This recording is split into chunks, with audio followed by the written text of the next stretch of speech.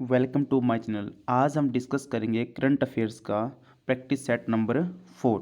ये आपके आने वाले सभी एग्ज़ाम्स के लिए बहुत इंपॉर्टेंट है। जैसे कि भी हमारे पास एसएससी जीडी के एग्ज़ाम जो हैं वो स्टार्ट हो रहे हैं दिल्ली पुलिस के, तो इसके लिए ये बहुत इंपॉर्टेंट है।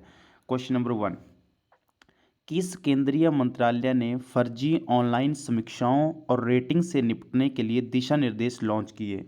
गृह मंत्रालय, उपभोक्ता मामले, खाद्य और सार्वजनिक वितरण मंत्रालय, वाणिज्य और उद्योग मंत्रालय, एमएसएमई मंत्रालय। तो इसकी सही ऑप्शन होगी ऑप्शन नंबर बी हमारे पास, उपभोक्ता मामले, खाद्य और सार्वजनिक वितरण मामले मंत्रालय। इस मंत्रालय ने भी हाल ही में जो हमारे पास जितने भी फर्जी ऑनलाइन साइट होती हैं, जैसे आप देखते हैं कि जितना भी कई बार हम कुछ ऑनलाइन सामान मंगवाते हैं, उसमें जैसे मान लो हमने मोबाइल फ़ोन मंगवाया है और उसके स्थान पर कोई अन्य चीज़ आ जाती है, तो इन सभी चीज़ों से बचने के लिए या कई बार किसी प्रकार की कोई हमें गलत एडवर्टाइजमेंट की जाती है जिससे हमें कोई मिसअंडरस्टैंडिंग क्रिएट हो जाती है, तो इन सभी चीज़ों से निपटने के लिए जो है उपभोक्ता मामले, खाद्य और सार्वजनिक वितरण मंत्रालय ने जो है दिशा निर्देश जो हैं जारी की है। इसके साथ आप लोगों ने इसमें जो पॉइंट ध्यान रखना है कि इन दिशा निर्देशों का उद्देश्य ऑनलाइन बाजार और ई कॉमर्स को उपयोगकर्ताओं के लिए अधिक प्रामाणिक और कम भ्रामक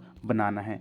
यानी कि जैसे कि आप लोग देख सकते हैं कि इन दिशा निर्देशों का जो उद्देश्य है, जो हमारे पास हमारे उपभोक्ता हैं या जो इन साइटों का उपयोग कर रहे हैं, जो लोग उपयोगकर्ताओं, जो शब्द यहाँ पर हमारे लिए यूज हुआ है, इनके लिए जो है हमारे पास ये जितनी भी एडवर्टाइजमेंट प्राप्त कर रहे हैं या कोई अन्य चीज़ें प्राप्त कर रहे हैं या इन साइटों के माध्यम से किसी प्रकार को कंटेंट उपलब्ध कर रहे हैं, उसमें प्रामाणिकता बनी रहे। क्लियर। नेक्स्ट दूसरा क्वेश्चन है हमारे पास, विद्युत मंत्रालय ने किस वर्ष तक 500 गीगावाट हरित ऊर्जा के एकीकरण के लिए विद्युत पारेषण प्रणाली विकसित करने की योजना शुरू की है? 2024, 2027, 2030 और 2040। तो इसकी सही ऑप्शन होगी ऑप्शन नंबर सी, 2030 तक। विद्युत मंत्रालय ने जो है 2030 तक 500 गीगावाट हरित ऊर्जा के एकीकरण के लिए विद्युत पारेषण प्रणाली विकसित करने की योजना जो है शुरू की है।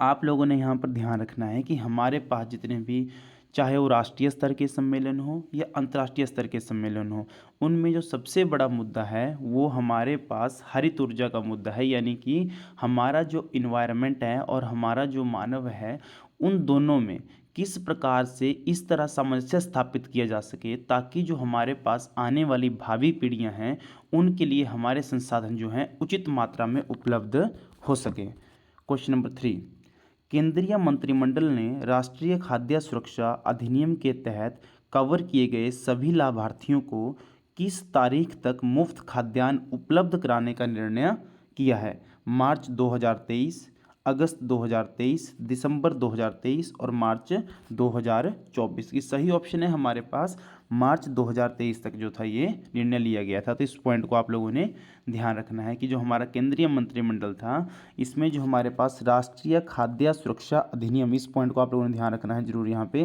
राष्ट्रीय खाद्य सुरक्षा अधिनियम जो था, इसमें जो सभी लाभार्थी थे इनको मार्च 2023 तक जो था वो मुफ्त खाद्यान्न जो है उपलब्ध कराया गया है। सॉरी, यहाँ पर थोड़ी सी मिस्टेक है हमारे पास, मार्च नहीं, आप लोगों ने दिसंबर 2023 करना है। दिसंबर 2023 तक जो है लक्ष्य निर्धारित किया गया है। इसके साथ साथ जो पॉइंट है हमारे पास वो आप लोगों ने ध्यान रखना है। मैं दोबारा एक बार रिपीट कर रहा हूँ, इसमें आप लोगों ने दिसंबर 2023 करना है, मार्च 2023 गलत ऑप्शन है। दिसंबर 2023 तक जो है लक्ष्य रखा गया है।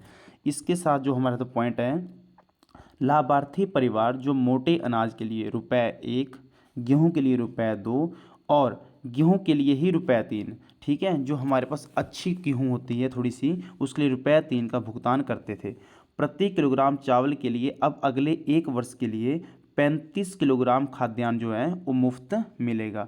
यानी कि अभी जो हमारे पास आप लोगों ने ध्यान रखना है कि कुल मिला के इस पूरी परियोजना में जो है जो लाभार्थी परिवार हैं उन्हें 35 किलोग्राम जो खाद्यान्न है वो मुफ्त मिलेगा, और जो अन्य हैं हमारे पास उनको दिसंबर 2023 तक 1 महीने में 5 किलोग्राम अनाज जो है वो मुफ्त मिलेगा। तो ये जितनी भी हमारे पास अभी परियोजनाएं या योजनाएं सरकारों द्वारा चलाई जा रही हैं, तो इन सभी पॉइंट्स को आप लोगों ने ध्यान रखना है। अभी जो हमारे पास रिसेंटली पिछला पेपर हुआ था हिमाचल प्रदेश टेट का, उसमें भी सभी के सभी क्वेश्चन करंट जीके से रिलेटेड ही पूछे गए थे। तो आप लोगों ने ध्यान रखना है। इससे पहले जो दूसरी और तीसरी वीडियो मैंने जनरल साइंस के क्वेश्चन डिस्कस किए हैं, वो सभी भी करंट जीके क्वेश्चन हैं, तो आप लोगों ने उनको कवर कर लेना है। नेक्स्ट है हमारे पास, हाल ही में किस राज्य की विधानसभा ने लोकायुक्त विधेयक पारित किया है? महाराष्ट्र, गुजरात, हरियाणा और पंजाब। तो इसकी सही ऑप्शन होगी Maharashtra, option number A. Maharashtra राज्य ने जो है वहाँ की विधानसभा ने हाल ही में लोकायुक्त विधेयक जो है वो पारित किया है। इसके साथ जो पॉइंट है, महाराष्ट्र विधानसभा ने सर्वसम्मति से महाराष्ट्र लोकायुक्त अधिनियम 2022 पारित किया, जो लोकायुक्त को मुख्यमंत्री और राज्य मंत्रियों सहित लोक सेवकों की जांच के लिए राज्य एजेंसियों को निर्देश देने की अतिरिक्त शक्तियां देगा। यहाँ पर आप लोगों ने ध्यान रखना है, जो हमारे पास ये लोकायुक्त अधिनियम पारित किया गया है, इसका उद्देश्य कि किसी भी स्तर पर हमारे पास जो है भ्रष्टाचार बहुत कम से कम हो। और ये लोकायुक्त जो अधिनियम पेश किया गया है, जो हमारे पास अन्ना हजारे जी की समिति थी, अन्ना हजारे जिनका लोकपाल बिल में काफ़ी चर्चा में रहे थे उस समय हमारे पास वो व्यक्ति, तो ये सब जो उनकी समिति की सिफारिशें थी, उन सब को इसमें जो है मान लिया गया था और उसके साथ ही से जो है पारित किया गया है। क्लियर। नेक्स्ट क्वेश्चन है हमारे पास, आधार, यूपीआई, डिजी लॉकर, कोविन और जीईएम और जीपीएसटीएन जैसे डिजिटल समाधानों के समूह का नाम क्या है? भारत ई प्लेटफॉर्म, इंडिया स्टैक, ई भारत यानी कि इलेक्ट्रॉनिक भारत और डिजी भारत। तो इसकी सही ऑप्शन होगी हमारे पास option number B, India stack. Clear. इसके साथ हमारे साथ नेक्स्ट है अभी, रक्षा मंत्रालय किस मंत्रालय के सहयोग से वीर गाथा परियोजना का आयोजन करता है? युवा मामले और खेल मंत्रालय, शिक्षा मंत्रालय, कौशल विकास मंत्रालय और गृह मंत्रालय। इसकी सही ऑप्शन होगी हमारे पास ऑप्शन नंबर बी, शिक्षा मंत्रालय के साथ मिलकर जो है वो रक्षा मंत्रालय जो है वीर गाथा परियोजना का आयोजन जो है करता है। इसके साथ जो पॉइंट आप लोगों ने ध्यान रखना है, परियोजना के तहत स्कूली छात्रों को वीरता पुरस्कार विजेताओं पर आधारित परियोजनाएं गतिविधियां करने के लिए प्रेरित किया जा सकता है। वीर गाथा संस्करण 1, तो आप लोगों ने ध्यान रखना है, जो अभी ये हमारे पास हुआ ये संस्करण 2.0 हुआ इस परियोजना का। क्लियर। वीर गाथा संस्करण 1 में पिछले साल 8 लाख छात्रों ने भाग लिया था, जबकि इस बार इन प्रविष्टियों की संख्या 19 लाख से अधिक हो सकी है, 19 लाख। तो आप लोगों ने ध्यान रखना, जो वीर गाथा परियोजना थी इसमें लगभग जो पहली बार आयोजित हुई थी, इसमें 8 लाख छात्रों ने जो था वो भाग लिया था। इसमें ये आप लोगों ने ध्यान रखना है कि हमारे पास जितने भी हमारे स्वतंत्रता सेनानी रहे हैं या हमारे पास भी हाल ही में जितने शहीद सैनिक होते हैं, तो उनके बारे में उनकी वीरताओं संबंधी प्रश्नोत्तरियाँ आयोजित की जाती हैं। उनके लिए कोई अलग से मान के चलते हैं, कोई स्कीम बनाई जा रही है सरकार द्वारा, तो उन स्कीमों के तहत जो उनके परिवार हैं वो किस तरह फ़ायदा उठा सकते हैं और किस तरह वो सोशल सर्विस कर सकते हैं, किसी सामाजिक गतिविधियों में सहयोग कर सकते हैं, इन सभी चीज़ों का जो है वर्णन किया जाता है। नेक्स्ट पॉइंट है हम लोगों के पास, कौन सी संस्था 20 सूत्री कार्यक्रम यानी कि TPP प्रगति रिपोर्ट जारी करती है? नीति आयोग, राष्ट्रीय सांख्यिकी कार्यालय, भारतीय रिजर्व बैंक और वित्त मंत्रालय। तो ये सही ऑप्शन होगी ऑप्शन नंबर बी, राष्ट्रीय सांख्यिकी कार्यालय जो है वो 20 सूत्री कार्यक्रम प्रगति रिपोर्ट जो है जारी की जाती है। ये आप लोगों ने बहुत इंपॉर्टेंट क्वेश्चन है, इसको ध्यान रखना है। नेक्स्ट है अभी हम लोगों के पास, छत्तीसगढ़, राजस्थान और पंजाब के बाद किस राज्य ने हाल ही में सरकारी कर्मचारियों के लिए पुरानी पेंशन योजना बहाल की है? नई दिल्ली, तेलंगाना, केरल और हिमाचल प्रदेश। तो इसकी सही ऑप्शन होगी option number D, Himachal Pradesh ने जो है छत्तीसगढ़, राजस्थान और पंजाब के बाद जो है अभी पुरानी पेंशन योजना जो है बहाल की है। यहाँ पर आप लोगों ने एक पॉइंट और ध्यान रखना है कि छत्तीसगढ़ में जो है इस योजना को कांग्रेस सरकार ने, और राजस्थान में भी कांग्रेस सरकार ने, और पंजाब में जो है आम आदमी पार्टी की सरकार ने, और हिमाचल प्रदेश जो में भी जो है कांग्रेस सरकार ने बहाल किया है। तो कई बार आपसे ये पूछ लिया जा सकता है कि किस पार्टी द्वारा जो है योजना बहाल की गई है। तो आप लोगों ने ध्यान रखना, हमारे पास पूरे भारत में भी 4 राज्य हो गए हैं, छत्तीसगढ़, राजस्थान, पंजाब और हिमाचल प्रदेश, जहाँ पर जो है OPS बहाल की गई है। क्लियर। नेक्स्ट है अभी हम लोगों के पास, पढ़ो प्रदेश योजना किस केंद्रीय मंत्रालय द्वारा कार्यान्वित की जा रही थी? शिक्षा मंत्रालय, अल्पसंख्यक मामलों का मंत्रालय, युवा मामले और खेल मंत्रालय, कौशल विकास और उद्यमिता मंत्रालय। इसकी सही ऑप्शन होगी हमारे पास ऑप्शन नंबर बी, अल्पसंख्यक मामलों का मंत्रालय। क्लियर। इसके द्वारा जो है पढ़ो प्रदेश योजना जो है वो कार्यान्वित की जा रही थी। इसके साथ आप लोगों ने नेक्स्ट जो है अभी, इस योजना के तहत मुस्लिम, ईसाई, सिख, बौद्ध, जैन और पारसी सहित अल्पसंख्यक समुदायों से संबंधित छात्र विदेश में उच्च अध्ययन करने के लिए अपने ऋण पर ब्याज सब्सिडी प्राप्त करने के पात्र हैं। क्लियर। तो हमारे देश में जितने भी अल्पसंख्यक धर्मों के लोग हैं, चाहे वो मुस्लिम हों, ईसाई हों, सिख, बौद्ध हों, जैन हों या पारसी हों, ठीक है, या किसी प्रकार के वो अल्पसंख्यक समुदाय से संबंध रखते हों, तो उनके लिए जो है विदेश के स्तर पर उच्च अध्ययन के लिए जो है उन्हें सस्ते जो है ऋण पर सस्ते ऋण पर जो है उन्हें लोन उपलब्ध हो सकता है, और उनको सब्सिडी जो यहाँ पर लिखा है कि सब्सिडी प्राप्त करने के पात्र हैं जो अल्पसंख्यक लोग के जितने भी हमारे पास समुदाय से संबंधित लोग होते हैं। नेक्स्ट क्वेश्चन है, किस राज्य ने हाथियों के संरक्षण और मानव हाथी संघर्ष को कम करने के लिए एक व्यापक कार्य योजना जो है शुरू की है? केरल, मध्य प्रदेश, उड़ीसा और कर्नाटक। तो इसकी सही ऑप्शन होगी ऑप्शन नंबर सी, उड़ीसा राज्य ने जो है हाथियों के संरक्षण और मानव हाथी संघर्ष को कम करने के लिए एक व्यापक कार्य योजना शुरू की है। इस कार्य योजना में जो है कई बार जैसे आप देख सकते हैं कि हाथियों में और मानवों के बीच कई बार आपस में आपसी झड़प हो जाती है, जिसमें व्यक्ति को भी नुकसान पहुंचता है और कई बार हाथियों को भी नुकसान पहुंचता है। तो इन दोनों में किस तरह एक समन्वय स्थापित किया जा सके, इसके लिए जो है व्यापक कार्य योजना जो है शुरू की है उड़ीसा राज्य ने। नेक्स्ट है हम लोगों के पास अभी, इस योजना के अनुसार मानव हाथी संघर्ष और इसके परिणाम स्वरूप मनुष्य और हाथियों की मौत की घटनाओं को कम करने के लिए जो है कदम उठाए जाएंगे। यानी कि जैसे कि मैंने आपको अभी बताया कि हमारे पास जो मानव हाथी संघर्ष की घटनाएं हैं उनको किस तरह समन्वित जो है किया जाए ताकि हम हाथियों का भी अच्छी तरह संरक्षण कर सकें, मनुष्य को बिना चोट पहुंचाए हुए, कि मनुष्य को किसी प्रकार की हानि ना हो। नेक्स्ट है, किस राज्य ने आम जनता को स्वास्थ्य सेवाएं प्रदान करने के लिए आम आदमी क्लिनिक, मोहल्ला क्लिनिक यानी कि शुरू किया है? केरल, पंजाब, उत्तर प्रदेश, गुजरात। सही ऑप्शन होगी ऑप्शन नंबर बी, पंजाब सरकार ने जो है यहाँ पर हमारे पास मोहल्ला क्लिनिक यानी कि आम आदमी क्लिनिक जो है शुरू किया है। इसके साथ साथ आप लोगों ने इसमें क्या ध्यान रखना है कि हमारे पास पूरे भारत के 2 राज्यों में ये आम आदमी क्लिनिक, इसको मोहल्ला क्लिनिक के नाम से जाना जाता है, ये स्थित है। पंजाब हमारे पास राज्य हो गया और दिल्ली केंद्र शासित प्रदेश, इन दोनों राज्यों में जो है आम आदमी पार्टी की सरकार है, ये भी आप लोगों ने ध्यान रखना है। और हमारे पास जो है दिल्ली के मुख्यमंत्री श्री अरविंद केजरीवाल हैं और पंजाब के मुख्यमंत्री श्री भगवंत मान हैं, ये भी आप लोगों ने पॉइंट ध्यान रखना है। नेक्स्ट है अभी हम लोगों के पास, किस केंद्रीय मंत्रालय ने विजिट इंडिया ईयर 2023 पहल शुरू की है? ऑप्शन है हमारे पास संस्कृति मंत्री, पर्यटन मंत्री, रेल मंत्री और विदेश मंत्री। तो सही ऑप्शन होगी इसके पास पर्यटन मंत्री या पर्यटन मंत्रालय द्वारा, हम इसको इस तरह भी ध्यान रख सकते हैं, ठीक है। पर्यटन मंत्रालय ने जो है विजिट इंडिया ईयर 2023 पहल जो है शुरू की है। इसमें जो हमारे पास जितने भी पर्यटक क्षेत्र हैं उनको और विकसित और अधोसंरचनात्मक तरीके से और संरचनात्मक बनाया जाएगा ताकि हमारे पास जितने भी पर्यटक आते हैं चाहे वो विदेश से हों या देश से हों, उनको अधिक से अधिक जो है सुविधाएं उपलब्ध हो सकें और उन स्थानों का संरक्षण जो है सुनिश्चित किया जा सके। क्लियर। नेक्स्ट क्वेश्चन है हम लोगों के पास, कौन सा केंद्रीय मंत्रालय फेम यानी कि इलेक्ट्रिक वाहनों को तेजी से अपनाना और विनिर्माण करना योजना लागू करता है?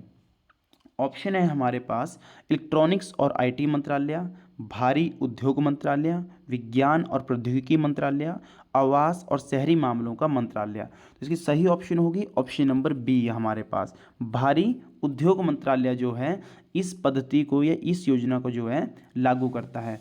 इसमें आप लोगों ने ध्यान रखना है कि अब सभी देशों के साथ साथ भारत ने भी जो है इलेक्ट्रिक वाहनों के निर्माण में तेज़ी से कार्य करना शुरू कर दिया है ताकि हम आने वाले समय में अपने पर्यावरण को और अधिक अच्छे तरीके से जो है संरक्षित कर सकें। क्लियर। नेक्स्ट क्वेश्चन है अभी हम लोगों के पास, ऑपरेशन आग किस राज्य की पुलिस से संबंधित है? तमिलनाडु, केरल, आंध्र प्रदेश और कर्नाटक। तो इसकी सही ऑप्शन होगी ऑप्शन नंबर बी, केरल राज्य की पुलिस से संबंधित है ऑपरेशन आग। इसके साथ जुड़े हुए फैक्ट हैं जो भी हम लोगों के पास, वो भी आप लोगों ने ध्यान में रखने हैं। केरल पुलिस ने ऑपरेशन आग के तहत विभिन्न आपराधिक मामलों में आरोपी 113 लोगों को गिरफ्तार किया है। ठीक है, इस पॉइंट को आप लोगों ने ध्यान रखना है कि जो ऑपरेशन आग है ये किससे संबंधित है। ये जितने भी हमारे पास जो कुछ बहुत आपराधिक मामलों से संबंधित आरोपी होते थे उनकी गिरफ्तारी से संबंधित जो ऑपरेशन शुरू किया गया था उसका नाम जो केरल पुलिस ने रखा है वो है ऑपरेशन आग। क्लियर। छापेमारी उन लोगों को गिरफ्तार करने के लिए की जा रही है जिन्हें केरल असामाजिक गतिविधि अधिनियम के तहत रखा गया था, कि जैसे मैंने अभी आपको बताया कि वे सभी लोग जो बहुत किसी संलिप्त गतिविधियों में संलिप्त हुए थे, कभी किसी समय या बहुत पहले या भी रिसेंटली, परंतु वो पुलिस की गिरफ्त में नहीं थे या भगौड़े साबित हो गए थे, तो उन लोगों को पकड़ने के लिए जो है पुलिस ने ऑपरेशन आग अभियान जो है चलाया था। इसके साथ साथ आप लोगों ने ध्यान रखना है कि केरल पुलिस ने जो है पिंक पेट्रोल नाम का एक अभियान शामिल किया है। ये अभियान जो है विशेष रूप से महिलाओं की सुरक्षा से संबंधित है, पिंक पेट्रोल, और वरिष्ठ नागरिकों की सुरक्षा के लिए जो है प्रशांति जो है हमारे पास जिन्होंने ऑपरेशन शुरू किया है। तो आप लोगों ने ध्यान रखना है ये ऑपरेशन आग, पिंक पेट्रोल और प्रशांति ये किस किस चीज़ के लिए जो है शुरू किए गए हैं। तो ऑपरेशन आग हमारे पास जो बहुत हमारे पास अपराधी दोषी थे कि संलिप्त गतिविधियों में पकड़े गए हुए, और हमारे पास पिंक पेट्रोल जो है महिलाओं की सुरक्षा के लिए, और जो हमारे पास वरिष्ठ नागरिक हैं उनके लिए प्रशांति जो योजना है, कार्य योजना या अभियान जो है केरल पुलिस द्वारा शुरू किया है। नेक्स्ट है, अपने सभी चालू मैन होलों को साफ करने के लिए रोबोटिक तकनीक का उपयोग करने वाला देश का पहला राज्य कौन सा है? ऑप्शन है तमिलनाडु, केरल, उड़ीसा और पंजाब। इसकी सही ऑप्शन होगी ऑप्शन नंबर बी, केरल राज्य जो है अपने सभी चालू मैन होलों को साफ करने के लिए रोबोटिक तकनीक का इस्तेमाल करने वाला देश का जो है पहला राज्य बन गया है। इसके साथ जो पॉइंट आप लोगों ने ध्यान रखने हैं, केरल सरकार ने मंदिर शहर गुरुवायूर में सीवेज साफ करने के लिए बैंडिकूट, इसका नाम आप लोगों ने ध्यान रखना है, उस रोबोटिक का बैंडिकूट नामक रोबोटिक सफाई कर्मी लॉन्च किया। यह अपने सभी चालू मेन होलों को साफ करने के लिए रोबोटिक तकनीक का उपयोग करने वाला देश का पहला राज्य जो है बन गया है। इसके साथ साथ आप लोगों ने ध्यान रखना है कि इसका नाम क्या है, जो मैंने आपको अभी बताया बैंडिकूट इस रोबोटिक्स का जो है नाम है, ये भी आप लोगों ने ध्यान रखना है। नेक्स्ट क्वेश्चन है अभी हम लोगों के पास, एक राष्ट्र एक चालान पहल किस राज्य से संबंधित है? कर्नाटक, गुजरात, हरियाणा, उत्तराखंड। इसकी सही ऑप्शन होगी ऑप्शन नंबर बी, गुजरात राज्य। क्लियर, गुजरात, एक राष्ट्र एक चालान जो है पहल जो योजना है या परियोजना है ये गुजरात से जो है संबंधित है। इसके साथ जुड़ा फैक्ट है जो हम लोगों के पास, वन नेशन वन चालान पहल का उद्देश्य ट्रैफिक जुर्माना और डेटा ट्रांसफर के लिए निर्बाध संग्रह के लिए सभी संबंधित एजेंसियों जैसे ट्रैफिक पुलिस और क्षेत्रीय परिवहन कार्यालय, इसको आरटीओ के नाम से जानते हैं, को एक ही मंच पर एकत्रित करना है। क्लियर, तो इस उद्देश्य को भी आप लोगों ने ध्यान रखना है, इस परियोजना को क्यों स्टार्ट किया गया, इसका उद्देश्य क्या है। नेक्स्ट क्वेश्चन है हमारे पास, कौन सा केंद्रीय मंत्रालय राष्ट्रीय हथकरघा विकास कार्यक्रम लागू करता है? एमएसएमई मंत्रालय, कपड़ा मंत्रालय, वाणिज्य और उद्योग मंत्रालय, विज्ञान और प्रौद्योगिकी मंत्रालय। इसकी सही ऑप्शन होगी ऑप्शन नंबर बी, कपड़ा मंत्रालय जो द्वारा जो है राष्ट्रीय हथकरघा विकास कार्यक्रम जो है लागू किए जाते हैं। इसके साथ जुड़ा हुआ पॉइंट जो आप लोगों को ध्यान रखना है कि राष्ट्रीय हथकरघा विकास कार्यक्रम का उद्देश्य चिन्हित हथकरघा समूहों के अंदर और बाहर हथकरघा बुनकरों के सतत विकास को बढ़ावा देना है। तो आप लोगों ने इसमें सिंपल सा पॉइंट है, कोई टफ पॉइंट नहीं है, इसको ध्यान रखना। मैं आपको बार बार बोलता हूँ कि जितनी भी योजनाएं हैं उन सभी का उद्देश्य हमें जरूर पता होना चाहिए। तो इसके बहुत सिंपल सा उद्देश्य है कि जितने भी हमारे पास हथकरघा बुनकर हैं उनको किस तरह हम संरक्षित कर सकते हैं तथा उनके लिए किस तरह विकास के और मौके जो हैं उपलब्ध करवा सकते हैं। नेक्स्ट है, स्टैंड अप इंडिया योजना को किस वर्ष तक बढ़ा दिया गया है? 2025, 2027, 2030 और 2050। की सही ऑप्शन होगी 2025, जो कि ऑप्शन नंबर ए में हमारे पास लिखा गया है स्टैंड अप इंडिया योजना को। क्लियर, इसके साथ अभी हमारे पास आप लोगों ने ध्यान रखना है कि आर्थिक सशक्तिकरण और रोजगार सृजन पर ध्यान केंद्रित करते हुए उद्यमिता को बढ़ावा देने के लिए 2016 में स्टैंड अप इंडिया योजना जो है शुरू की गई थी। तो आप लोगों ने ध्यान से स्टार्ट कब किया गया था इसको? 2016 में, यानी कि इंडस्ट्रियलाइजेशन को बढ़ाने के लिए। क्लियर। इस योजना को 2025 तक जो है बढ़ा दिया गया है। इस योजना के तहत लगभग 80% ऋण जो है महिलाओं को प्रदान किया गया है। ये पॉइंट भी आप लोगों ने यहाँ पे ध्यान रखना है। 80% जो लोन था वो महिलाओं को विमेन कैटेगरी में दिया गया है। क्लियर। नेक्स्ट है हमारे पास अभी, पशु महामारी तैयारी पहल किस योजना के तहत शुरू की गई है? आयुष्मान भारत स्वास्थ्य मिशन, राष्ट्रीय एक स्वास्थ्य मिशन, स्वच्छ भारत मिशन और पीएम आवास योजना। तो इसका सही ऑप्शन होगी राष्ट्रीय एक स्वास्थ्य मिशन, ऑप्शन नंबर बी में जो हमारे पास लिखा गया है। इसको ध्यान रखना आप लोगों ने। पशु महामारी तैयारी पहल योजना जो है ये राष्ट्रीय एक स्वास्थ्य मिशन जो हमारे पास योजना परियोजना है उसके तहत उसके संदर्भ में जो है शुरू की गई है। क्लियर। नेक्स्ट है हम लोगों के पास, रिवॉर्ड प्रोग्राम भारत में किस संस्था द्वारा सहायता प्राप्त है? विश्व बैंक, WEF, IMF और WTO। तो इसकी सही ऑप्शन होगी हमारे पास विश्व बैंक यानी कि world bank, option number A आप लोगों ने ध्यान रखना है। रिवार्ड प्रोग्राम जो है हमारे पास जो है वो विश्व बैंक द्वारा जो इसमें सहायता की जा रही है आर्थिक रूप से। क्लियर।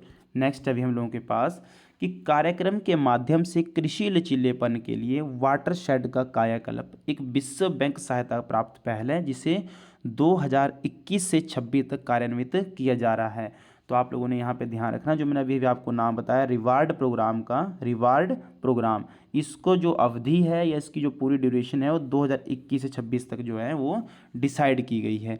इसमें अगर आप देखेंगे तो हमारे पास जितना भी कृषि क्षेत्र है इसको और किस तरह अच्छे तरीके से विकसित करें ताकि जो हमारे पास पर्यावरण को कम से कम नुकसान हो, यानी कि कृषि का लचीलापन किया जाए, यानी कृषि को एक इलास्टिसिटी प्रदान की जाए अच्छी तरह एक। ठीक है। नेक्स्ट है हम लोगों के पास अभी, किस केंद्रीय मंत्रालय ने दुग्ध संकलन साथी मोबाइल ऐप का अनावरण किया?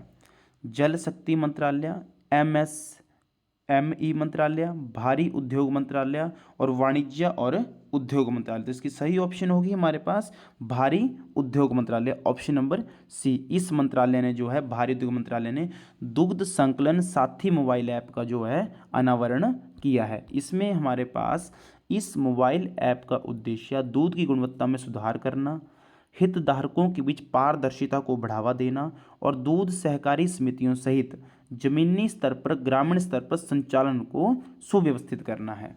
क्लियर। ये सब हमारे पास इस ऐप के उद्देश्य जो है निश्चित किए गए हैं। नेक्स्ट है, हाल ही में किस राज्य ने युवा टूरिज्म क्लब लॉन्च किया? असम, गुजरात, अरुणाचल प्रदेश और पश्चिम बंगाल। तो सही ऑप्शन होगी option number C. Arunachal Pradesh ने जो है युवा टूरिज्म क्लब जो है लॉन्च किया हुआ है। इसके साथ फैक्ट आप लोगों ने ध्यान रखना है कि युवा पर्यटन क्लब पर्यटन के युवा राजदूतों के पोषण और विकास के लिए पर्यटन मंत्रालय की एक पहल है। इसका उद्देश्य इन युवा राजदूतों को भारत में पर्यटन को बढ़ावा देने के लिए उत्प्रेरक बनाना है। अब आपसे कई बार पूछ लेते हैं कि योजना किसके द्वारा शुरू की जा रही है, इसकी किस मंत्रालय के अंतर्गत आती है? तो सिंपल सी बात है, इसको आपने ध्यान रखना है पर्यटन मंत्रालय के अंतर्गत जो है युवा टूरिज्म का ये कॉन्सेप्ट जो आता है। तो इसको पॉइंट को आप लोगों ने ध्यान रखना है। और राज्य हमारे पास अरुणाचल प्रदेश हो गया। नेक्स्ट है, कौन से राज्य ने करुणा आरोग्य सुरक्षा पद्धति लागू की? कर्नाटक, केरल, आंध्र प्रदेश और तेलंगाना। इसकी सही ऑप्शन होगी केरल, ऑप्शन नंबर बी ने जो है हमारे पास ये जो है करुणा आरोग्य सुरक्षा पद्धति जो है लागू की। कई बार आपसे भी पूछ लेते हैं कि करुणा आरोग्य सुरक्षा पद्धति जो किस राज्य से संबंधित है। तो क्वेश्चन आपसे कैसे भी पूछ लिया जा सकता है, इसको आप लोगों ने ध्यान से समझ से अपने अंडरस्टैंड से करना है कंप्लीट। ठीक है।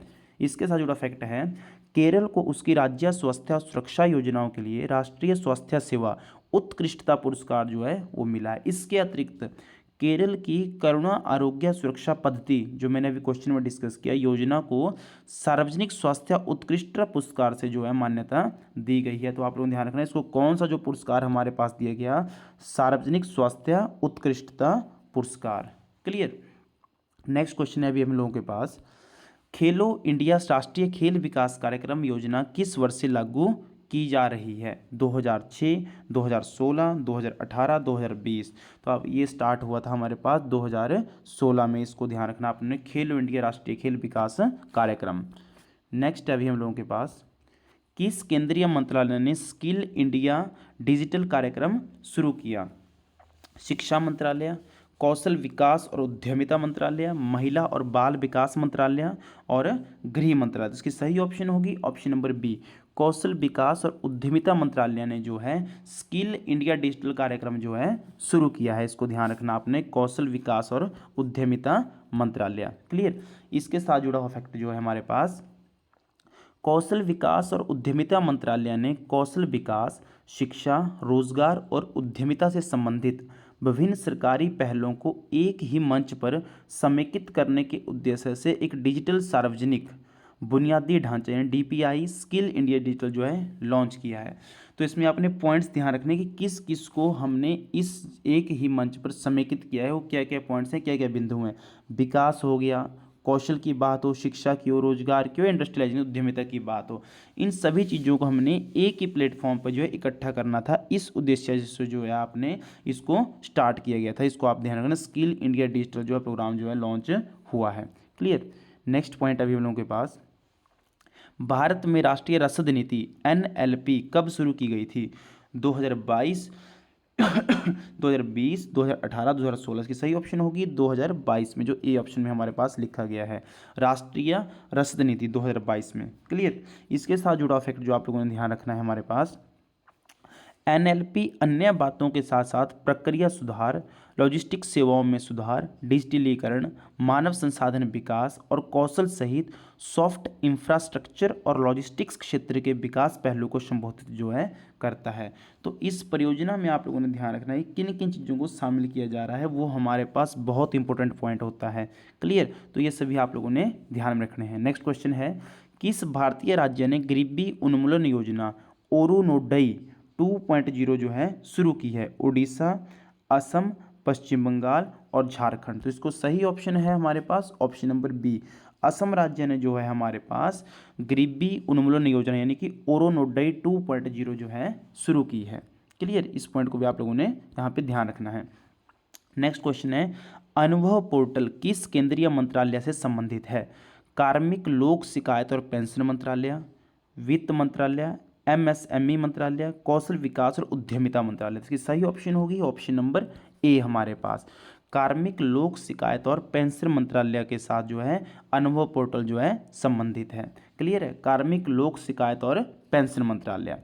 इसके साथ जुड़ा फैक्ट आप लोगों को ध्यान रखना है कि अनुभव पोर्टल सेवानिवृत्त या सेवानिवृत्त सरकारी कर्मचारियों को उनके उल्लेखनीय योगदान को प्रस्तुत करने और उजागर करने, सरकारी सेवा के अपने अनुभवों को साझा करने और शासन को बढ़ाने के लिए सिफारिशें प्रदान करने के लिए डिजिटल मंच जो है प्रदान करता है। क्लियर। ये सब जो है अनुभव पोर्टल से संबंधित जो है उद्देश्य बताए गए हैं, इसकी शुरुआत क्यों की गई थी। नेक्स्ट क्वेश्चन अभी हम लोगों के पास, राष्ट्रीय गोकुल मिशन किस केंद्रीय मंत्रालय से जो है संबंधित है हमारे पास? तो ऑप्शन है कृषि और परिवार कल्याण मंत्रालय, एमएसएमई मंत्रालय, महिला और बाल विकास मंत्रालय और मत्स्य पालन, पशुपालन और डेयरी मंत्रालय। इसकी सही ऑप्शन होगी ऑप्शन नंबर डी। हमारे पास जो राष्ट्रीय गोकुल मिशन है वो मत्स्य पालन, पशुपालन और डेयरी मंत्रालय से जो है हमारे पास संबंधित है। क्लियर। इसके साथ आप लोगों ने ध्यान रखना है कि राष्ट्रीय गोकुल मिशन भारत का प्रमुख कार्यक्रम जिसका उद्देश्य स्वदेशी मवेशियों की नस्लों को बढ़ाना है। तो इसका उद्देश्य क्या है हमारे पास गोकुल मिशन का, कि स्वदेशी मवेशियों की नस्लों को बढ़ाना। मवेशी में चाहे आप गाय हो गया, हमारे पास भैंस हो गया या बकरी, कोई भी उनकी जो स्वदेशी हमारे यहाँ की नस्लें हैं उनको बढ़ावा देना। और इसकी शुरुआत जो है 2014 में जो थी वो की गई थी। इस पॉइंट को भी आप लोगों ने ध्यान रखना है। नेक्स्ट क्वेश्चन है अभी हम लोगों के पास, किस केंद्रीय मंत्रालय ने महिलाओं के लिए पानी महिलाओं के लिए अभियान जो है शुरू किया है? सही इसकी ऑप्शंस हैं, जल शक्ति मंत्रालय, आवास और शहरी मामलों का मंत्रालय, महिला और बाल विकास मंत्रालय और शिक्षा मंत्रालय। इसकी सही ऑप्शन होगी ऑप्शन नंबर बी, आवास और शहरी मामलों के मंत्रालय से जो है ये स्कीम जो है जुड़ी हुई है। ये आप लोगों ने कंफ्यूज नहीं यहाँ पे होना, ये एक ही नाम है, तो महिलाओं के लिए पानी, ये पानी महिलाओं के लिए अभियान। ठीक है, ये नाम इसके एक ही अभियान के अलग अलग नाम है, या तो इसमें लिखा हो सकता है कि महिलाओं के लिए पानी अभियान, ये पानी महिलाओं के लिए अभियान जो है इसके जो संबंधित है ये आवास एवं शहरी मामलों के मंत्रालय से संबंधित है। ठीक है, तो आप लोगों ने ध्यान रखना है। और इससे पहले का जो कि हमने प्रैक्टिस सेट 2 और 3 किया था, जो उसमें जनरल साइंस या ईवीएस से संबंधित क्वेश्चन है, वो सभी भी करंट जीके क्वेश्चन है, तो उन सभी को भी आप लोगों ने ध्यान रखना है। तो आप लोगों ने जितने भी आपके पास अभी रिसेंटली एग्ज़ाम आ रहे हैं, तो उन सभी के लिए आप लोगों ने अच्छी तरह जो है अपना करंट अफेयर्स का टॉपिक जो है तैयार कर लेना है। Okay, thanks for watching.